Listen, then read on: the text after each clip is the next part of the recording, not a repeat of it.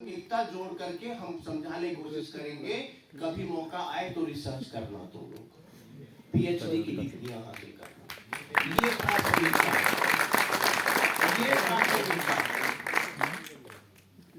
Criminal law में हम बताते थे कि why a person becomes criminal. कोई व्यक्ति अपराधी क्यों बनता है? गांधी जी क्या कहा करते थे? अपराध से घृणा करना, अपराधी से नहीं। Hate crime not criminals. कहते थे कि नहीं कहते? Hate crime not criminals. तो अब जरा क्रिमिनल लॉ में अंदर तक जाओ, अंदर तक जाओ। क्रिमिनल लॉ पढ़ लिया तुमने, कभी सोचा कि आदमी अपराध क्यों करता है? क्यों करता है आदमी अपराध? क्या कोई जन्मजात अपराधी होता है? Is a person born criminal? No. When you go for a research, you will find that no person is born a criminal. It is the society which makes him criminal. ये समाज है, ये समाज है, ये समाज है जो इसे अपराधी बनाता है। कोई बच्चा माँ की कोख से अपराधी पैदा होकर के नहीं आता है। ऐसे लोगों से घृणा मत करना, क्योंकि उसे नहीं मालूम कि वो क्या कर रहा है। वो जैसे समाज में रहेगा, जिस समाज की सोहबत रह करके जो सीखेगा, अच्छा समाज होगा तो अच्छा सीखेगा, अपराधी समाज होगा तो अपराध करेगा। और वो पैदा नहीं होता अपराधी, समाज उसे अपराधी बनाता है। कहने का मतलब ये है, गांधी जी ये भी कहा करते थे कि don't punish them because he is not a born criminal.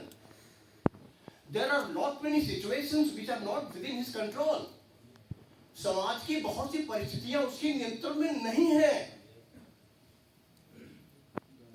गरीब पैदा हुआ तो क्या बच्चा सोच के आया था कि गरीब माँ बाप के कोख से जन्म लेगा? सोच के आया था क्या? क्या हमारे वश में है कि मैं ये घोषणा कर दूं कि मैं रतन टाटा के घर में ही जन्म लेके मानूंगा? है क्या हमारे वश में? अगर गरीब के घर में पैदा हुआ तो ये एक परिस्थिति है। बढ़ेगा तो उसकी शारीरिक सामाजिक आवश्यकताएं बढ़ेंगी, ये भी एक परिस्थिति है।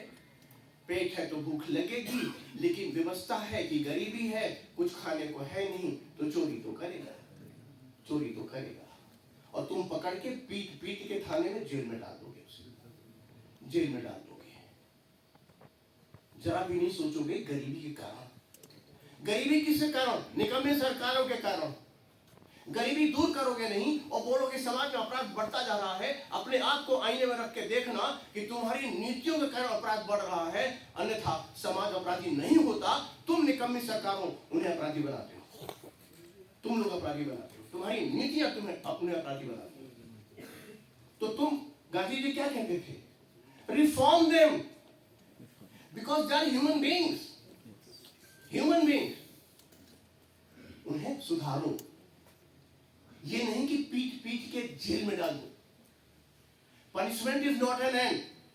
Criminal law students, punishment is not an end. Punishment is a means to an end. Means to an end. End क्या है? Crime less society. आप उसको सुधारो। नहीं, हार्डेंड क्रिमिनल है, हार्डेंड क्रिमिनल है, हार्डेंड क्रिमिनल है, बार बार अपराध करता है, तो पनिशमेंट के अलावा कोई दूसरा रास्ता बढ़ता नहीं है, क्योंकि सुधरना नहीं चाहता। सुधरने का मौका ही तो दोगे आप। हम बोल रहे सुधार के माने, सुधरने का मौका ही तो दोगे। नहीं सुधरेगा तो क्या करोगे? पनिश करोगे, क्योंकि समाज की सुरक्षा भी तो आपकी चिंता है। समाज अपराध करेगा तो नहीं मानेगा तो फिर भुगतो। लेकिन अगर उसने पहली बार अपराध किया और तुमने उसको सुधारा नहीं और उसको पनिशमेंट दे दिया, तो उसको जेल भेज दिया, तो जेल में तो उससे बड़े बड़े घाघ क्रिमिनल रखकर क्या रहे हैं, घाघ क्रिमिनल रखकर क्या रहे हैं। एक व्यक्ति था, बहुत ईमानदार, बहुत ईमानदार, बहुत ईमानदार, मेहनत करके कमाता था, मेहनत करके खाता था, बूढ़ी माँ को खिलाता था, और जिस दिन मेहनत से कमाई नहीं होती थी, हराम का एक पैसा नहीं खाता था। एक दिन उसकी माँ की तबीयत खराब हो गई। उसकी माँ की तबीयत खराब हो गई तो माँ के इलाज के लिए वो दवा के दुकान पर भागा, डॉक्टर के पास गया।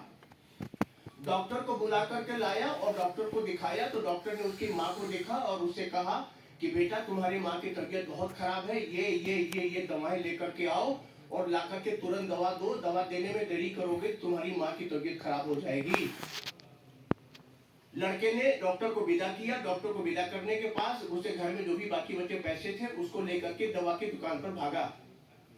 दवा की दुकान पर से उसने दवा की दुकान पर से दवाएं ली और जब उसकी कीमत देने की बात आई तो दुकानदार की तरफ उसने बोले कितने रुपए हुए, तो उसने कहा 800 रुपए हुए। लड़के ने कहा कि मेरे पास भैया 500 रुपए हैं, अभी मेरी माँ की तबीयत बहुत खराब है, दवाएं दे दो, नहीं तो माँ की तबीयत मर जाएगी। डॉक्टर ने कहा है 300 रुपए फिर हम कमा करके लाके अगले दिन दे देंगे आपको। दवा के दुकानदार ने जरा भी उसके ऊपर रहम नहीं खाया। उसने आमने देखा था, दवाएं छीन ली और भाग गया, क्योंकि उसको अपने माँ की जान बचानी थी, प्राथमिकता थी माँ की जान बचाना, और पैसे उसके पास पूरे थे नहीं, और दवा के दुकानदार पूरा पैसा लिए बिना दवा देना नहीं चाहता था। दवा छीन ली और गया। उसने माँ को दवाएं दी और माँ की तबीयत ठीक होने लगी। पीछे से कानून पहुंचा और उसने कहा कि तुमने दवा छीनी है, तुमने गुनाह किया है और तुम्हारे खिलाफ कानूनी कार्रवाई होगी। क्या किया जाए? सजा दे दिया जाए इसको? कानून तोड़ा तो है उसने। आप क्या करना चाहोगे? सजा दे देना चाहोगे? मुकदमा चला, जज के सामने यही दलीलें रखी उसने। जज बोलता है कानून होता है अंधा। तुम्हारी मां मर रही थी तो हम क्या करें? तुमने दवा क्यों छीना? तुमने कानून तोड़ा है। तुम्हारी मां मर रही थी तो हम क्या करें? कुछ समझ में आ रहा बच्चों? जिस दिन इस व्यक्ति के हालात को इस सिस्टम ने नहीं देखा और जिस दिन उससे कहा कि तुम्हारी मां मर रही थी तो मरने देते, हम क्या करेंगे, तुमने दवा क्यों छीनी, तुमको सजा मिलेगी, उस दिन ये व्यक्ति बोलेगा भाड़ में गया तुम्हारा कानून और भाड़ में गई तुम्हारी सजा। जितनी सजा देना हो दे लेना, मां को जब जब मौका मिलेगा तब तुम बचाएंगे। है वीडियो तो यहाँ पर आपको थोड़ा सा उसकी परिस्थिति पर विचार करके सजा देने के बजाय उसको सुधरने का मौका देना पड़ेगा, क्योंकि हालात चीख चीख कर बता रहे थे कि वो अपराधी नहीं था। हालात ने उसे अपराधी बनाया। अगर उस पास पर्याप्त पैसे रहे होते या दवा का दुकानदार रहम खा गया होता तो उसने ये अपराध नहीं किया। आप भी अपने समाज में, समाज के प्रति सोशल जस्टिस, इकोनॉमिक जस्टिस और पॉलिटिकल जस्टिस के रूप में अपने इर्द गिर्द आपकी बहुत बड़ी जिम्मेदारी है। इसको आपको निभाना है। इतने साथियों के सामने आपने ये संकल्प लिया है और हमारी जो विचारधारा है, समाजवादी विचारधारा, पूंजीवादी नहीं, साम्यवादी भी नहीं, बीच की विचारधारा, जिसमें हम दोनों पक्षों का संतुलन लेके चलते हैं। अडानी अंबानी की सरकार चलेगी, अडानी अंबानी देश चलाएंगे या आप लोग चलाओगे?